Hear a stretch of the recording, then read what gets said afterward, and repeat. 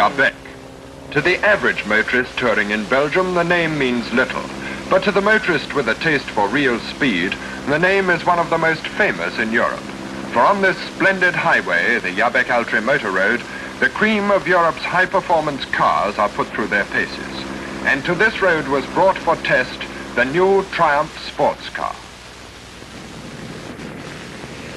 From the Coventry works of standard Triumph, the technicians left by air for the continent. On the drawing board, they had created a car to startle the world by its high performance and astonishingly low cost. This was to be its first test, and Managing Director Sir John Black was there in person.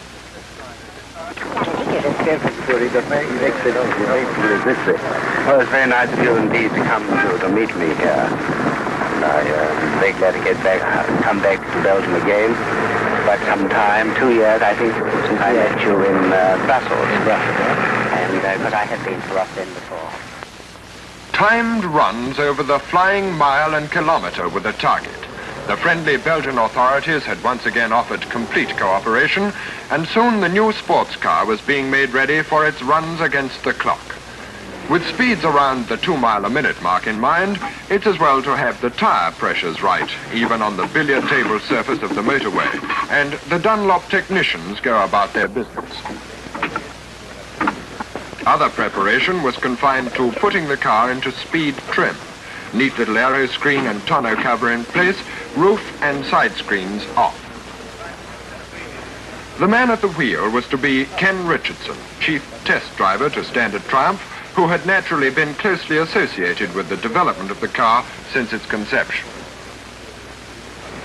As usual at Jabbeke, the tests were conducted under the impartial scrutiny of the Royal Automobile Club of Belgium, whose electrical timing apparatus is a model of scientific accuracy.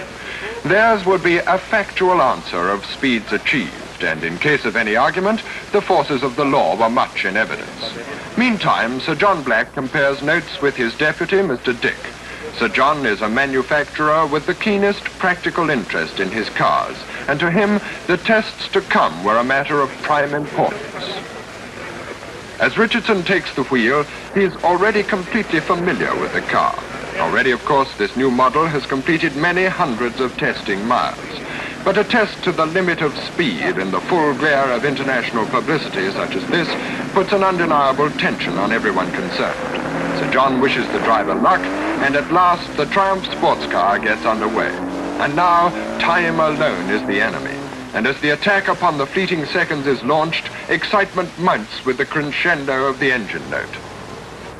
All along the 8-mile ribbon of dead straight concrete, observers are in their positions. And here's the spectacle they've all been waiting for. A car built for speed and traveling really fast into the measured mile. Now the electrical timing gear clicks into robot life, precise without emotion, concerned merely with figures and not with the thrill of speed. But to those concerned with the creation of this new car, the figures mean too much to be awaited without anxiety.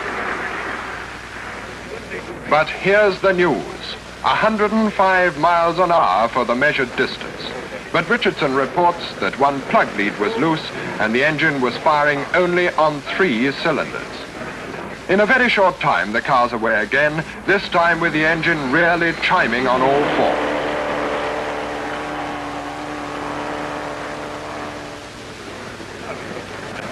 The timed runs in each direction must be made, and the official speed recorded is the mean of opposite runs made within a time limit of 20 minutes, so there's no cheating with the wind. And now the timekeepers have news indeed. In speed trim and using the overdrive, the Triumph has attained 125.88 miles an hour. But this is only the first phase of the speed trials. Almost 126 miles an hour when stripped for speed, but what will she do in touring trim? The folding roof is speedily raised, and with the side screens in position, the Triumph is converted from a sleek sports car to the closed-in comfort of a family saloon. After all, it can rain, even when you're in a hurry, and the car is designed for practical motoring as well as all-out speed. The conversion is but the work of a few minutes, another practical point, and in gets Richardson for further official runs against the clock. Meantime, the team of hard-working mechanics take time out for refreshment. They're as keen on these tests as anyone, but after all, man must eat.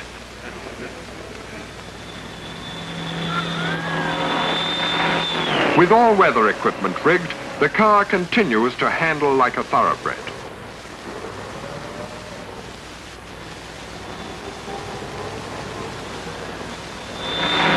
She clings securely to the road at maximum speed and responds to fingertip control upon the wheel.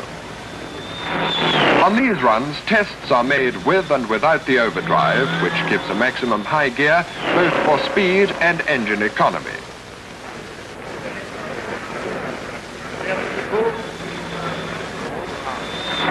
And only after exhaustive tests in all conditions is the detailed schedule of speed trials complete.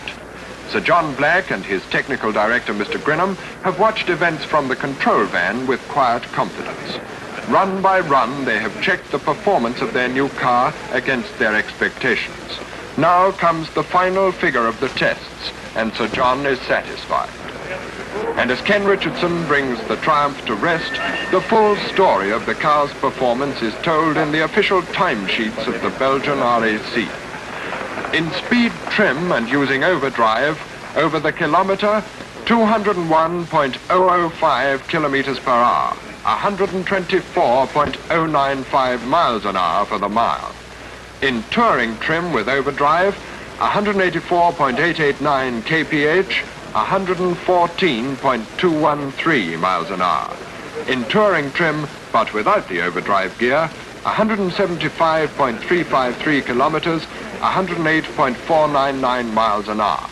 Small wonder that the journalists get to work, and Basil Cardew of the London Daily Express has a story on his hands. Everyone is keen to get a close-up of the car and to compare notes on its achievement. And Tommy Wisdom, as racing driver and journalist too, is quick to voice his appreciation of the achievement of the car on this, its first showing. With a ratio of performance to price like this car has, it's safe to predict a great future for the new Triumph sports car.